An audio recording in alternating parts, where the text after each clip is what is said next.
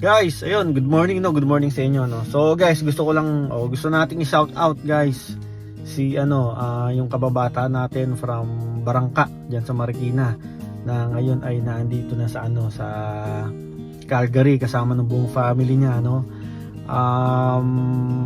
Ryan Lusuegro yan. Boss, congrats at shout out sa iyo dahil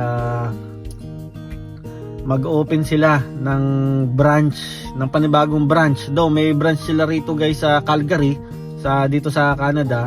Ngayon guys, ang maganda nito ay mag-open sila ng panibagong branch diyan sa Pilipinas na nakalocate guys sa sa Project 4 Quezon City, no?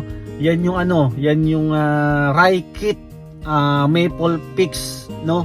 Actually, itong itong branch na to, itong shop na to, mabibili mo rito kung ano-anong mga klase ng accessories, magmula sa bag, sapatos, relo, mga damit, no, lahat 'yan. At hindi lang yan guys, puro imported to, no? At hindi lang yan guys, etong mahalaga diyan, sa abot kayang presyo. Okay? Kaya guys, 'yon, grand opening nila sa August 24. Okay, diyan sa may Project 4 Quezon City. Ipo-post natin dito guys yung nila, yung post nila, no, para at least makita nyo at malaman nyo guys yung eksaktong location.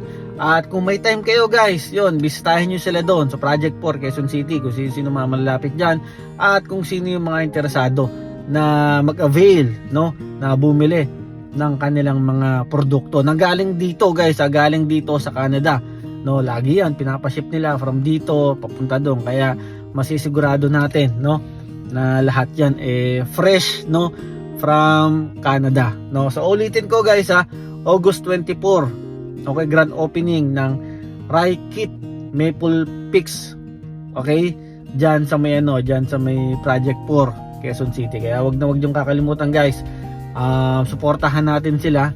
Actually yun, mas lalo silang pinagpapala ni Lord kasi isa rin sila sa mga pagpapala, no, sa mga kababayan natin dito, hindi lang dito, maging sa Pilipinas, no. Yung mga yan talagang lahat yan yung family niyan tumutulong talaga sa mga sa mga taong nangangailangan, lalong-lalo sa mga kababayan natin dito sa sa Canada, no. Kaya guys, yun, huwag niyo kakalimutan, focus natin yung link din dito para at least malaman nyo yung kanilang mga page, yung page dito sa Canada at page dyan guys sa Pilipinas, no. Kaya muli, congrats Boss Ryan Lusuegro at maging sa wife niya, sa family niya, no. Sana patuloy kayong pagpalain ni Lord, pagpatuloy na i-bless yung yung negosyo nyo, at syempre ang mahalaga yon, patuloy kayong maging pagpapala sa iba, lalong-lalo sa mga kababayan natin dito, no, at sa Pilipinas, no. Kaya yon, congrats boss, at guys, suportahan natin sila. So maraming salamat at ayun lang, peace out.